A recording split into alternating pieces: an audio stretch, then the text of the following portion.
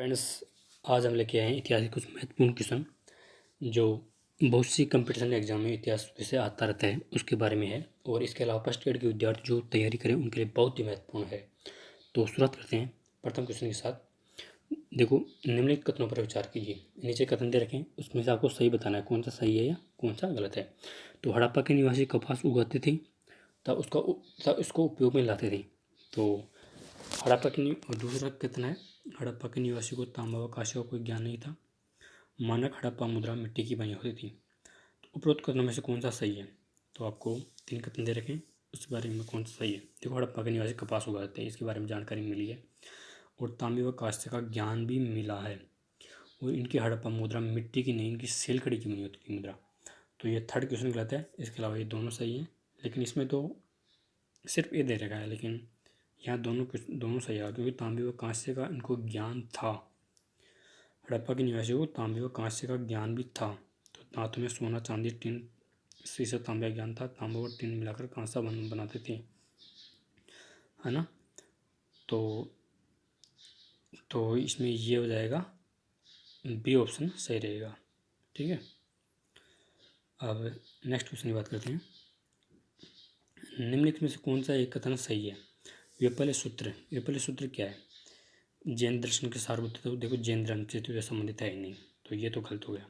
संस्कृत काव्यात्मक व्याख्याएं देखते हैं। बुद्ध के विस्तारित उपदेश और पाली भाषा में तर्कशास्त्र का प्रतिपादन है। देखो, बुद्ध के विस्तारित उपदेश ही हैं। ये पहले सूत्र में बुद्ध के विस्तारित उपदेश के बारे में दे रखा है। देखो, इसकी व्याख्या देखते हैं। कनिष्क के समय बौद्ध धर्म 2 संप्रदायों में विभक्त हो गया था, हीनयान तथा महायान के अधिकांश संप्रदाय में उत्तरकालीन ग्रंथ जो प्रधानतः ईसा की प्रारंभिक शताब्दी में मिले हैं, ये संस्कृत में हैं। यद्यपि भारत में महायान की भाषा संस्कृत थी तथा एशिया के अन्य भागों में उनकी भाषा स्थान जन भाषा थी। इन ग्रंथों में उनके प्रकट रूप में बुद्ध के उपदेश जो पिटकों की अपेक्षा अधिक विस्तृत हैं, अतएव ये विपल्य सूत्र के नाम से जाने जाते हैं। मोहनजोदड़ो के विषय में निम्न से कौन सा कथन सही है। देखो, तो इसका तो बुद्ध में विस्तारित उपदेश हो जाएगा ना। नेक्स्ट क्वेश्चन की बात करते हैं। मोहनजोदड़ो के विषय में निम्नलिखित में से कौन सा एक कथन सही है। देखो, गृह निर्माण त्रास से उपयुक्त पत्थरों से बना होता था, पॉलिशदार पत्थरों से बना होता था। ये देखते हैं। कुल्हाड़ी, चेनी, सूर्या व मछली पकड़ने कांटे वह सब लोहे के बने होते। देखो, लोहे के साक्ष्य सिंधु घाटी सभ्यता में मिलते नहीं है, तो ये क्वेश्चन तो देखो गलत हो गया। तो ये तो क्वेश्चन आएगा नहीं। ठीक है। स्नानागार का प्रश्न पक्की हुई ईंटों से बना होता है, ये क्वेश्चन सही है। यहाँ के निवासियों को स्वर्ण आभूषण ज्ञान नहीं था। देखो, सोने के साक्ष्य मिले तो इसलिए उनको ज्ञान था। तो कुल्हाड़ी, छेनी, और ये क्वेश्चन गलत हो गया। ये टी ऐसे गलत हो गया। और पोलिशदार, देखो पोलिशदार का सर्वप्रथम उल्लेख किस में मिलता है, मौर्य सभ्यता में मिलता है। तो इस, है ना, तो यहाँ ये सी आंसर बिल्कुल सही रहेगा। ठीक है। तो नेक्स्ट क्वेश्चन की तरफ बढ़ते हैं। ब्राह्मण क्या है। जो ब्राह्मण कृषि प्रथाओं तथा पत्तियों पर विस्तृत प्रबंध है, बलि संबंधी अनुष्ठानों पर पाठ है। देखो, ब्राह्मण बलि संबंधी अनुष्ठानों पर पाठ है, ये क्वेश्चन आपका भी आंसर बिल्कुल सही है। इसकी व्याख्या देखते हैं। अध्ययन की सुविधा के लिए भारतीय साहित्य विभाजन 2 भागों में किया गया है, धार्मिक साहित्य और धर्मेतर साहित्य। देखो, धार्मिक साहित्य में क्या होता है, ब्राह्मण साहित्य, ब्राह्मणेतर साहित्य में बांटा गया है। देखो, धार्मिक साहित्य को ब्राह्मण साहित्य, ब्राह्मणेतर साहित्य में बांटा गया। ब्राह्मण साहित्य के अंतर्गत वेद तथा उससे संबंधित ग्रंथ जैसे ब्राह्मण, आरण्यक, उपनिषद, पुराण, महाकाव्य आदि आते हैं।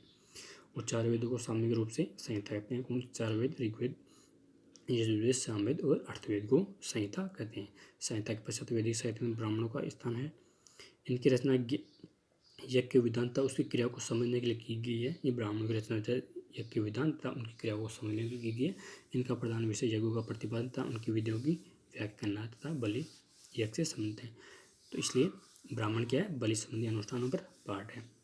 ठीक है। नेक्स्ट क्वेश्चन की तरफ बढ़ते हैं। जबकि आरण्यक ब्राह्मण के अंतिम भाग है, ग्रंथ में आरण्यक क्या उपनिषदों का विकास हुआ। ठीक है, ये देखते हैं।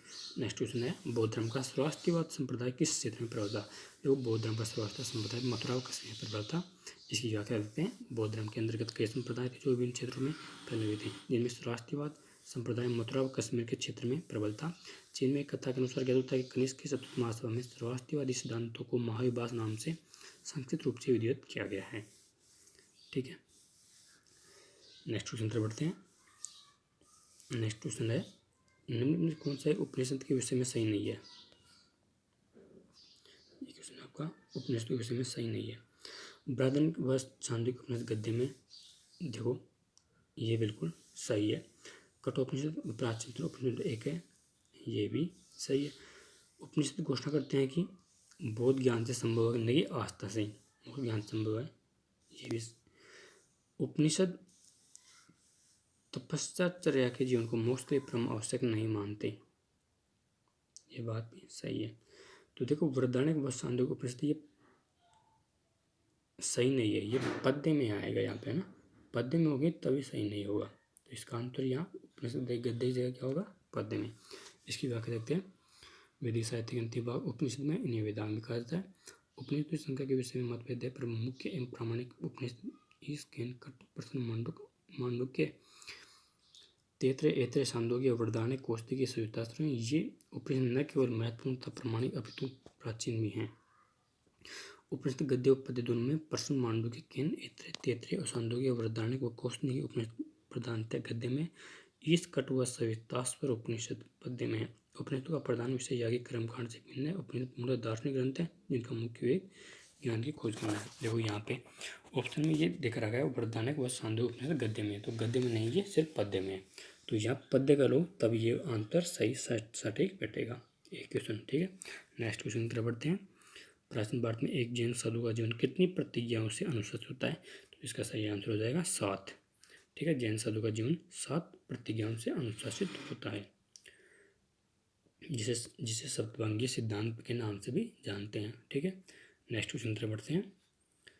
प्राचीन भारत के अष्टशास्त्री का प्रज्ञामृत साहित्य की मुख्य विषय वस्तु क्या है। देखो इसकी मुख्य विषय वस्तु है बोधिसत्व द्वारा विकसित आध्यात्मिक सिद्धांत क्या है, अष्टशास्त्री का प्रज्ञामृत की मुख्य विषय है। तो इसका सही आंसर भी आ जाएगा। नेक्स्ट क्वेश्चन तरफ बढ़ते हैं। इसकी पहले व्याख्या देखते हैं।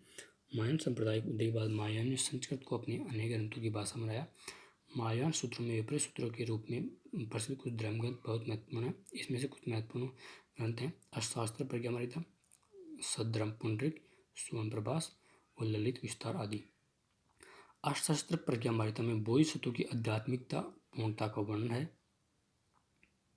बोधिसत्व की आध्यात्मिक पूर्णता का वर्णन अर्थशास्त्र प्रज्ञामृत में दे रखा है। ठीक है, नेक्स्ट क्वेश्चन की तरफ बढ़ते हैं। देखो एक तरफ सूची है, एक तरफ इसका अर्थ है, मतलब एक तरफ पदावली दे रखी है और एक तरफ इसका अर्थ है। देखो मुनि का अर्थ क्या होता है, मुनि का अर्थ होता है आद्य पुरुष, नहीं मुनि का अर्थ होता है पावन पुरुष जो निशब्द है। मुनि मतलब मौन, जो पुरुष